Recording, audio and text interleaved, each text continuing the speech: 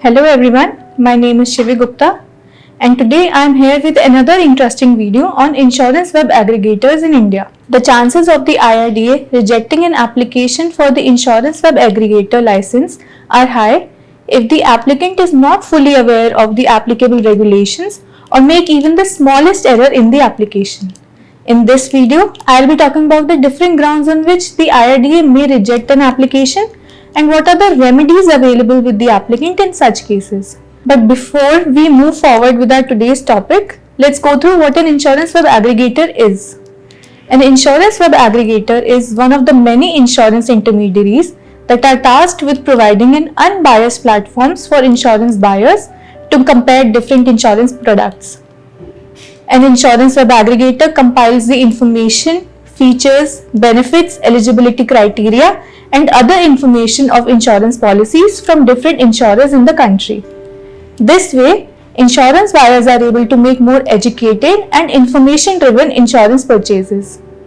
In order to operate an insurance web aggregator platform in India, a business needs to file a registration application with the IRDA as per the IRDA Insurance Web Aggregators Regulations of 2017.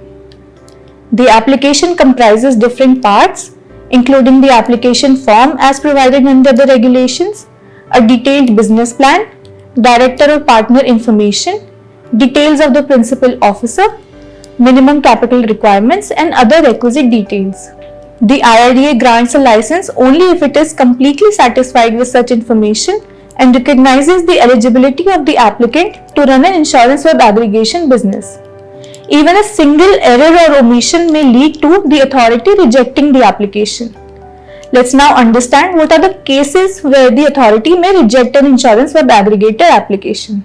The authority has the power to reject an IWA license application filed by an insurance agent, corporate agent, microinsurance agent, third-party administrator, surveyor and loss assessor, insurance marketing firm, and any other insurance intermediary specified under the IRDA regulations. These entities are not eligible to start an insurance web aggregation business, and any application filed by them will be rejected by the authority without any additional rectification chances. In case if the applicant fails to submit the relevant information or documents sought, the authority may reject the application. The IRDA may also reject the application if the applicant fails to meet the eligibility, minimum capital requirement, qualification, and fit and proper criteria. An IWA application may also be rejected if the applicant does not have the required IT framework or operational setup. However, before doing this, the authority may seek additional replies from the applicant, giving them a chance to provide such information or clarification. Further, if the applicant still fails to furnish the needed information, then the authority may reject the IWA license application.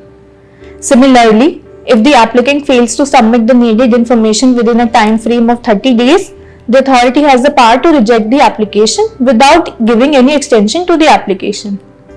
In such case of rejection, the authority has to inform the applicant about the grounds of such rejection in writing within 30 days of the rejection. So what are the remedies if the IWA application is rejected by the IRDA? In case of the application rejection, the authority may allow the applicant to file a fresh application. Here, the applicant then has the option of correcting their mistakes and furnishing the details that were previously missing from the application. If the authority is satisfied with all the fresh application, replies and documents, it can grant the insurance web aggregator license to the applicant.